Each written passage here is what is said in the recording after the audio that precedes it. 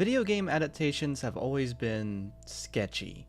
Most often they end up pretty bad or lackluster. Sometimes they're outrightly offensive, sometimes they're pretty decent. And every rare blue moon we get a god tier one. Now, we do know it's possible to make good adaptations. Fallout has been incredibly well for fans of the games and newcomers. And that's what the big idea with bringing video games to the screen should be. You want to respect the source material while making something accessible to more audiences. With the arrival of the upcoming live-action series, Like a Dragon, Yakuza, I'd like to revisit the original live-action film to first adapt the game to screen. It had been known for a while that SEGA had been cooking up some kind of live-action project for Yakuza, considering the growing popularity of the series worldwide. But they didn't give us too many details about it. Now we've got a whole poster, a release date, and a distributor to bring the series to more international audiences. And let's all be thankful that they scrapped the idea of letting the US do this series. Of course, fingers are crossed that this series will be good. It encouraged me to go back to one of the most bizarre video game to screen films I've ever seen. That, and I'm working on another book to screen video with a different Takashi Miike film. This film, of course, is based on the Yakuza franchise. I'm assuming most of you are already familiar with this, but I'll do a brief lesson for those who aren't. This is an ongoing series of games that started in 2005. The series is known as Ryu ga Gotoku in Japan, which means like a dragon. This is something that SEGA has been trying to press. They really want us to address the series under the proper handle. When Yakuza 7 came out in America, they called it Yakuza Like a Dragon, the same title as this movie. And with Yakuza 8, they completely scrapped Yakuza from the title, calling it Like a Dragon Infinite Wealth. They had actually initially done this with the Ishin spinoff. That's what I thought Resident Evil was going to do with their original title, Biohazard, given that Resident Evil 7 also did a similar titling, but didn't really follow through with that later on. So the new show is now called Like a Dragon, Yakuza. I'll probably still just call it Yakuza like I usually do because I've been a fan of these games for almost 2 decades now, and it is admittedly a hard habit for me to break. The movie came out in 2007, a year after Yakuza 2, so the first 2 games were the only titles they had to work with as reference, and that's actually a lot of story to work with. The first game came out in 2005, 2006 internationally, and offered a unique experience. It was originally developed by a team with all kinds of different histories in the gaming industry, and had done nothing quite like this before.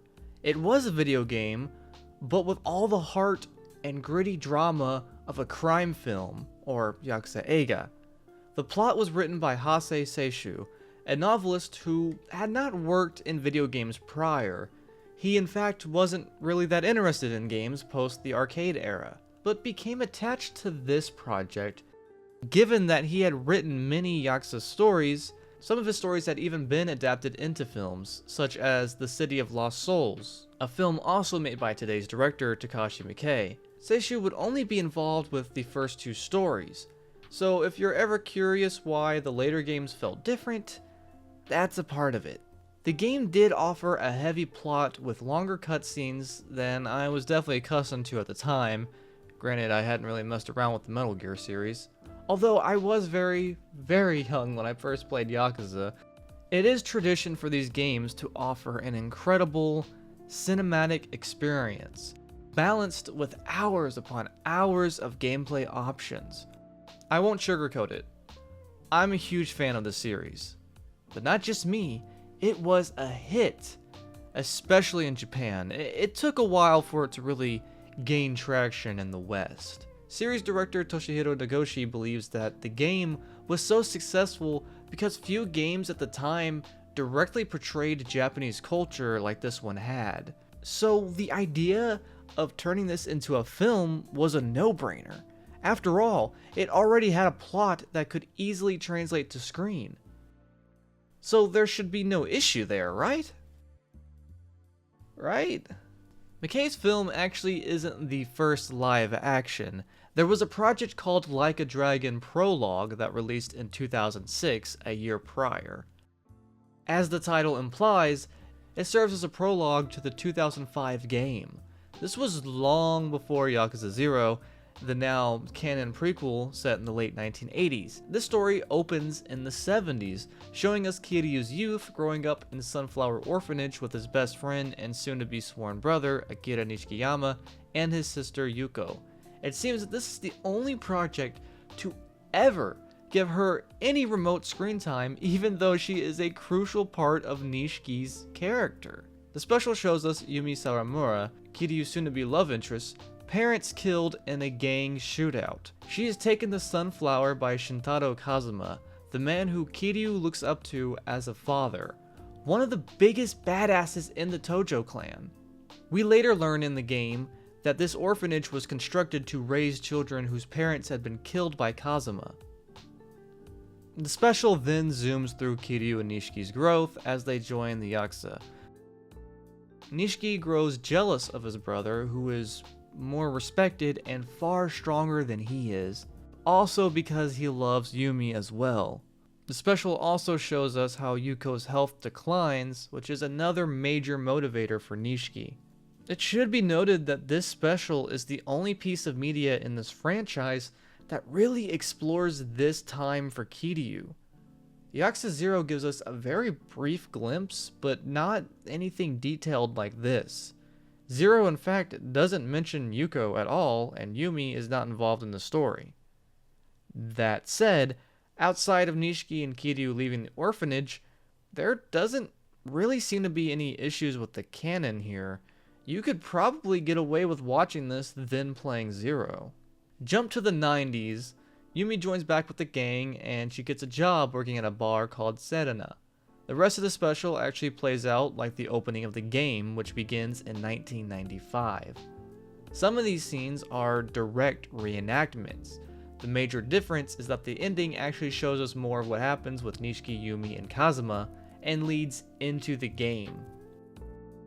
Now, why am I spending so much time talking about this? Well, this stuff seems pretty important. It gives us more of the story and even adapts a bit of the game. You would think that a full-scale, feature-length film would do the same. The movie starts around the second act of the main story. I kid you not. The movie opens with an image of Kiryu, played by Kazuki Kitamura, who, honestly, was a really good choice. Walking through the fictional town of Kamurocho. Kamurocho is the city of Like a Dragon. They explore many other places, but Kamurocho is its staple. It's based on the real-life red light district Kabukicho, where this was filmed on site. You would think that the film would open by telling us who this guy is, what they're doing, giving us the story of the main character. The film, it seems, suggests that everybody already knows this and moves to a bank robbery that has very little to do with the main narrative. But now here's the interesting thing. The game is famous for its side stories. These are completely optional stories that you don't have to play. They're mainly for rewards, XP, money, whatever. Some of them are pretty important for foreshadowing of later games, but for the most part are pretty irrelevant. That was my initial defense of these films, vignettes, as there are multiple plot lines here that don't really do anything. The whole movie works under this one night trope, where the entire runtime is focused on one whole night where these different events are happening. My concern with this, of course, is while the side stories here are cute, what about the time for the main story? After all, this is a film adaptation with a limited runtime, and you would think that it would focus on telling the story for everyone, not just those who have already played the game. Not to mention, in the game, all the side missions are related to Kiryu, as they often show him solving someone else's problems, showing off what a cool guy he is. There is an effectiveness to this, though. The main plot is a rather serious one.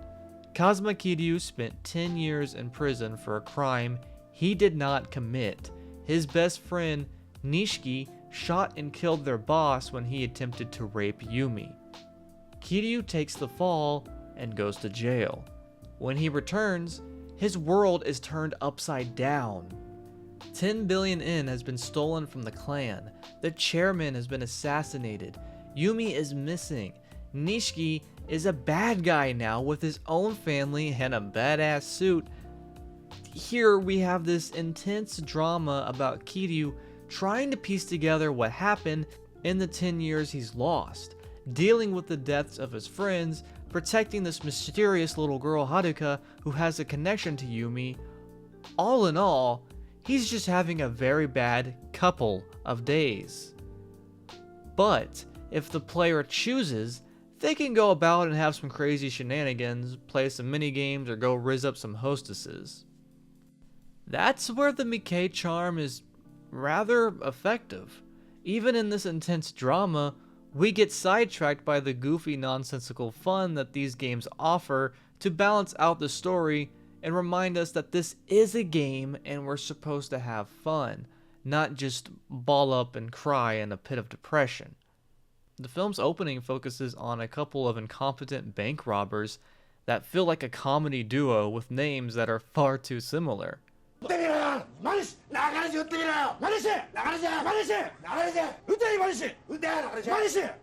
Which also effectively introduces us to Date, a familiar character and important ally to Kiryu. The chain is continued by another plotline where Kiryu beats up some Yakuza punks who are after him, meeting two characters that share their own plotline. A couple of kids who try to be their own Bonnie and Clyde without any skills. Initially, we think they're just living on the thrill and excitement of thievery. Also, heat attacks are now a falcon punch. Then finally we get to the best part of the film. Majima. If there's any character that fits perfectly in the Miike style, that mixes perfectly with his dark humor, it's Majima. People may hate this film. Fans may hate this film. But I have yet to hear anyone complain about Majima. That's because he's so perfect in this film. And I will say, he is the best casted actor in this film. 唾吐いたらあかんやろ。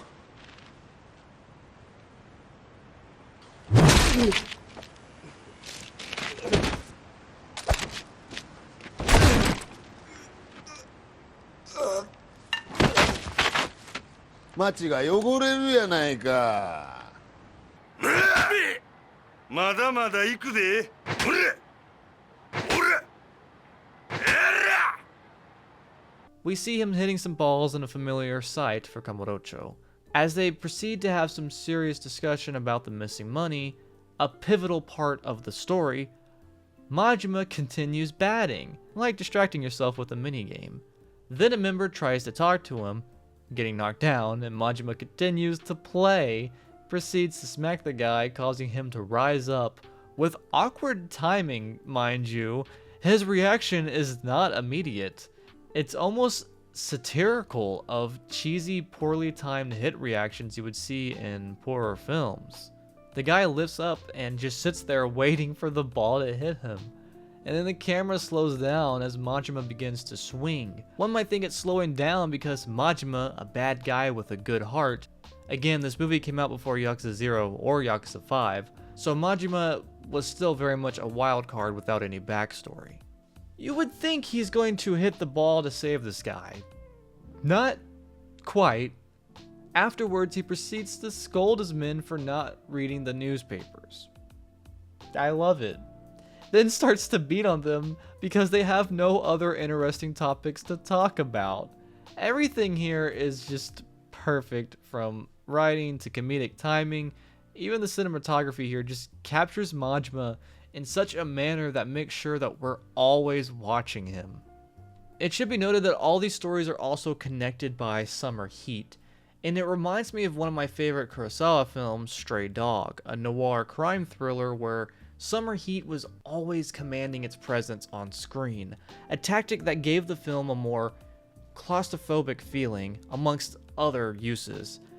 It's effective here as well, with the robbers and their incompetence and irritation is enhanced by the extreme heat, having them act more intensely. We also get a shared feeling of their entrapment.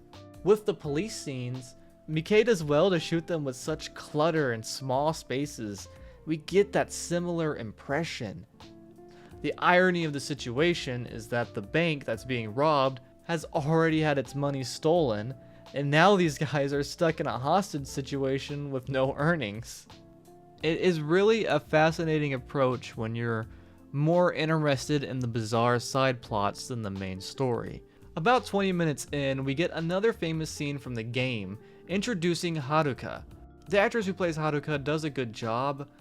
I can't imagine what it's like being a child having to work in a Miike film. She doesn't really capture the character, but she's not bad. The film did manage to include Stardust, the host club that assists Kiryu in the game, by having them involved with a mysterious Korean hitman whose purpose is to unveil Jingu, the main antagonist of the story, who doesn't even make an appearance till the very end. The film captured that aspect quite well. Also, is that Kung Yu? Huh. More Majima mastery. A nice little ditty plays as Majima strolls through the streets asking if anyone has seen Kiryu, with the expectation that they would even know who that is.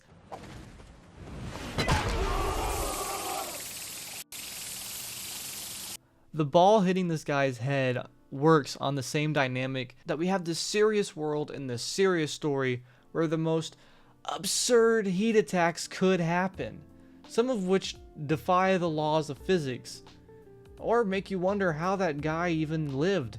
It's one of those things that we just accept as possible because these characters can do it. Majima could do something as absurdly stupid as this because he's Goro Majima.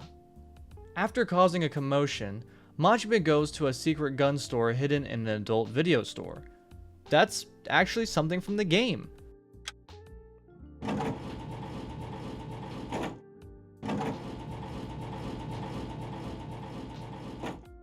I'm guessing this was also supposed to be some sort of florist connections aspect. After another 10 minutes, we're still feeding this dog.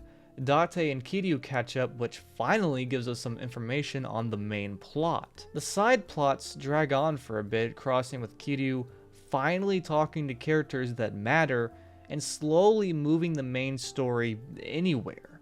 Kinda like playing the game. I don't really know what to say about this scene other than it's hilarious. 21 21なの Halfway through the movie, Kiryu and Majima have their first bout. The cutting here is interesting. It's also interesting how the fight is filmed. Miike makes a lot of interesting perspective choices for this fight. It almost feels like a QTE section. Yeah, this is also in fact what I do to a downed enemy as well. I think Miike just put the right amount of repetition in this joke to make it work. Lucky in this. Lucky.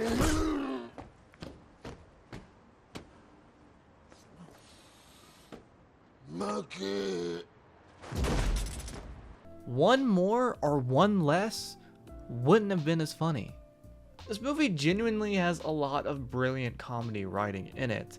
It may be misplaced in this title, but it is very effective. 高いのを要求してくれたからですね。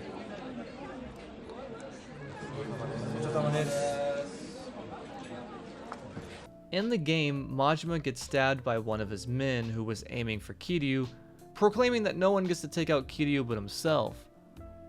With that said, I, 100% without a doubt, consider this scene canon within the games. This is what I imagine happened when Majima was off screen, and I will not accept anything else. There's choppy cutting here, and I wonder if that was just a technical fault from filming. Either way, this scene is so damn funny. Okay. 今どの辺りや。カムロ町出ました区役所のあ、戻るボケ。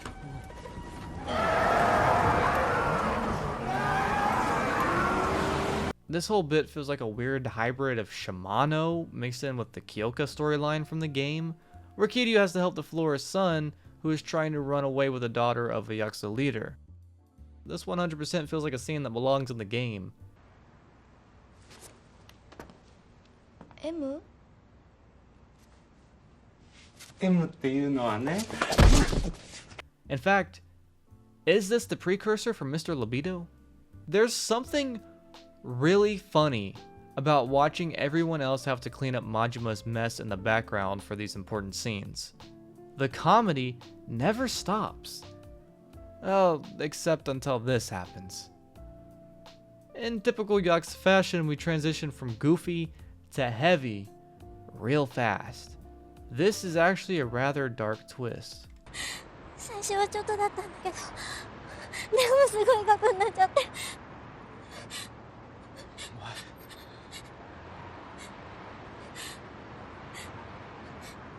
噛まないから。サトル。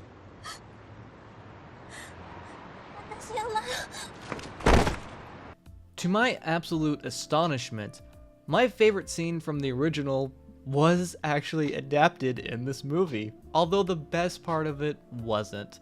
お客様、お子様連れはちょっと。社会見学の一環だ多めに見てくれ申し訳ございませんが、他のお客様のご迷惑になりますので。絶対に迷惑はかけないいいよな And it kind of hybrids into the... Oh, wait, no, this is entirely something new. Actually, they did fight in the Shangri-La bathhouse, but in the game, Majima drove a truck into the building. This is just so much more visually exciting and epic. I love it, I really do. It should be noted that guns aren't a super common weapon in these games, it's mostly hand-to-hand combat. I mean, sure, some randoms may use them in occasional bosses, but usually it's fistfights and whatever items you can find. What I'm trying to say here is that it's weird to see this turn into a big gunfight. This is lore-accurate Majima. Time.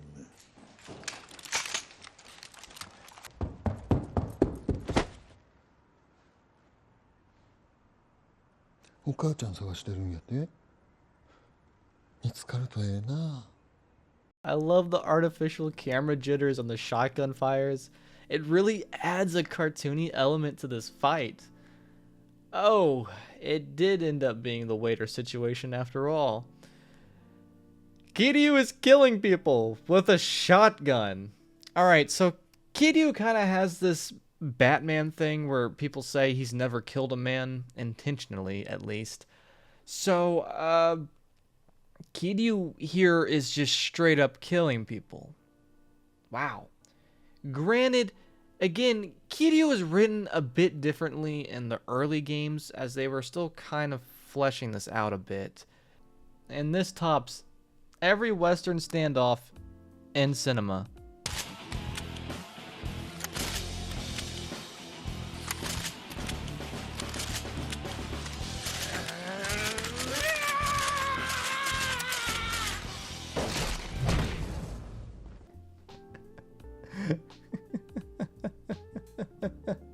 He's looking at them with his blind side. I gotta give it credit. I really do. I haven't laughed this hard at any film in a long minute. This is perhaps to exaggerate the already exaggerated strength of Kiryu, his resilience to overcome a lot of physical trauma to keep pressing forward. Nah, we're just looking at video game characters in real life. Someone's gonna make a TikTok edit out of that. It's a real shame they couldn't get Tetsuya Watari to play Kazuma, given that he was the voice and likeness for the character. I gotta admit, Miike got me with this one. We have this nice, heartwarming dialogue with Haruka and Kiryu, all in one shot. Then he takes a few steps forward and is met with a bullet. Most of the surprise from this is, why? Why do this? This is the emotional section of the film where everything bad happens. Clyde carries the dying Bonnie on his back as they look at a convenience store, pondering at a young male and female worker enjoying their job, possible alternate reality. And then the film intelligently moves to a scene of a doctor removing a bullet and lingers for a bit before revealing that it's actually Kiryu, even after the dialogue here between Bonnie and Clyde was about going to the hospital. Hey, they included the drinks! That's an interesting dragon reveal. Here he is, the true villain of the first story, Jingu, who in this movie is played by the man himself, the director of the Yakuza franchise, general producer of the first game, Toshihiro Nagoshi. No one person is to be thanked for this game, but he is a major creative force behind it. A lot of the narrative of this game came from his own trauma growing up. He started working for SEGA to help his father pay off his debts. Eventually, a fire burned down his home, killing his grandmother and mentally traumatizing his mother, so horrible that she could no longer recognize her family. Wow, that makes a lot of sense. His bond furthered with his father. Okay, so he's Haruka. Alright, got it. Anyway, he inserted himself as Jingu in this, which I find hilarious because Jingu is this gross bastard, whereas Nagoshi is actually a cool guy, which in turn makes Jingu cooler in this. This movie has already broken many laws of reality, so I have no idea why Nishiki couldn't just throw off all of his upper layers of clothes in one swoop like they do in the games. It actually would have fit in more. This guy playing Nishiki does absolutely nothing for me. This is supposed to be one of the most emotional fights in the series, especially after the prequel and remake of the first game, which added so much emotional context to Nishiki's character. Again, given all that came out after this movie, this fight is supposed to still hold so much emotional weight. Give us goosebumps. This is what we've been waiting for. This is the final boss. Watching this movie, I don't care about this guy. I have little to no reason to care about this guy. Sure, they give us tidbits and dialogue, but we need some visual aid here. This is a movie after all. Not to mention, the highlight of this movie is all of its exaggerated visual delights. This ending feels empty. And then they do this. Yeah, that doesn't even compare to the original. It's not a very good conclusion. This is supposed to be when the story wraps back to being serious and intense. Hi, Yumi. Man, I can't wait to see how Nagoshi plays Jingu in... Oh. Well, that was abrupt. Well, I can't wait to see Nishiki's redemption... Oh. Well, that was abrupt. Kazuma got to live? Yeah, this film is definitely an oddball. I would not dare to call it a good adaptation of Yakuza, although many would argue it is for how it captures certain aspects, but I fear that Miike put too much reliance on the quirkiness and less on the actual story and narrative. Furthermore, he put a lot of faith in this movie being enjoyed by fans of the games. As a fan of the game, I had a hell of a time watching this. I had so much fun. Although, truthfully, the first time I saw it, I hated it. I hated it a lot. But revisiting it now, I can understand what some of these ideas going on here are, and a lot of it works as this crime dark comedy. But again, as an adaptation, it leaves a weird taste. It's definitely not short of entertaining, though. I would be lying to you if I said I didn't have a blast watching this. I wouldn't necessarily say it's a good movie, and it's far from being one of Miike's best, but as a Yakuza fan, I had a hell of a time with it. Until the last 20 minutes. The ending is actually just awful. Now we're getting another chance for a live-action Yakuza. Will it be good? I hope so. This series is growing more popular every day, especially now that it's more accessible and more care is put into the international releases. That said, a good and faithful series could increase the fandom even more. There's still so much we don't know about this new series, but I'm definitely going to talk about it when it drops. So until then, Thank you all for watching. If you enjoyed this video, please leave a like and please subscribe if you haven't already, as it really helps my channel out a lot. As always, I'll see you next time.